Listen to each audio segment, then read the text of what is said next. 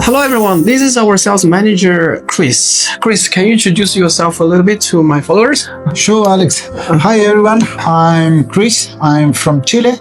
I'm in charge of Latin American region and Spain. And I have been in China 18 years. 18 years, well, it's been a very long time. Yes. As far as we know, we call your continent, we call Latin America, like LATAM, right? But there are actually many countries in this continent, from Mexico to Honduras, and then north and to the south is Chile and Argentina.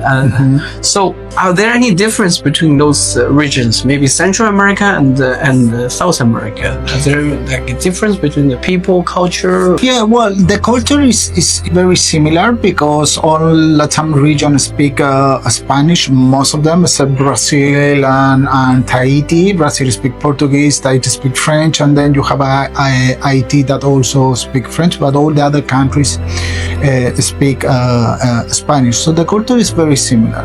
What I would say is like maybe the approach might be different for those markets, and in terms of what we're talking today, in terms of business, one markets are more price sensitive than others.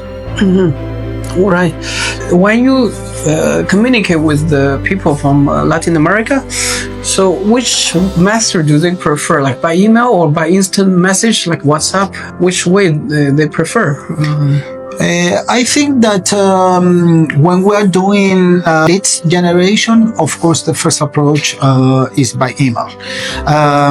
Once you already start to get more contact with the lead or with the person, then you can move to the WhatsApp and get more personal communication. I think that is very important in these sales cycles to gain trust. For both parts. So when you talk to them, and also even when you do business negotiation with them, which way do you prefer? Like the direct way, or like you say something very directly to them, or very subtle way, not so direct, but you express your ideas in the indirect way? Which way do they prefer in this continent? Well, I have my way to do the sales cycles, but I think that in Latin America, once we already have the first approach, we already have gained communication, and we keep communication, follow up, etc. Direct communication is the best. It's good to be direct to the point what you want, because that shows to the client that you are reliable. I mean, you are not saying one thing and then you are changing. I think that it's very important to be direct communication, because you avoid misunderstandings. From your experience, do they like to bargain the price? They always ask you for cheaper price, right? Do they like well, it? Who doesn't like it? When I buy something, I also bargain. Okay. Yes, of course. So, they bargain the price. In Latin America, you have one markets that are more price sensitive than others.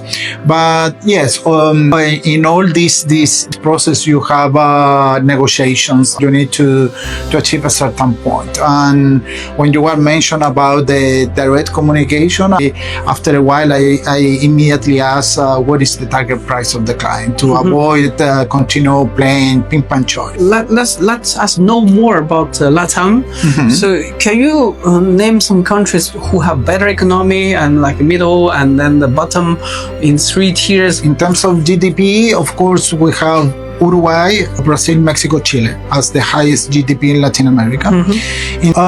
Well, I will say Bolivia, it has the low GDP, as well some countries in Central America like Salvador. Also, I would say Guyanas from Atlantic, like Martinica and others. But they speak French. Yeah. The last question, when the people, all of us like to bargain and say like your price is too high. So usually what kind of good skills you use when people saying this word to you, how you get the deal down?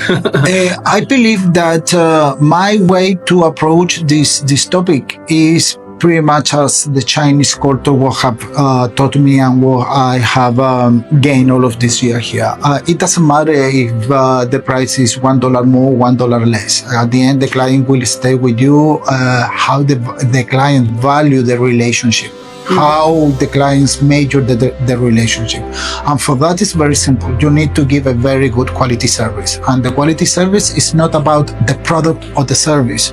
It's about the solution. People nowadays are looking for solution, and that include the personal relationship that you have developed with the client. At the end of the day, I believe that sales is not about product or service. You are selling people, the culture of your company. And for that, you need to develop these soft skills with the client. And when they actually value this relationship, the price doesn't matter. All right. Thank you very much for sharing. Thank you. Bye-bye. Thank you. Bye-bye.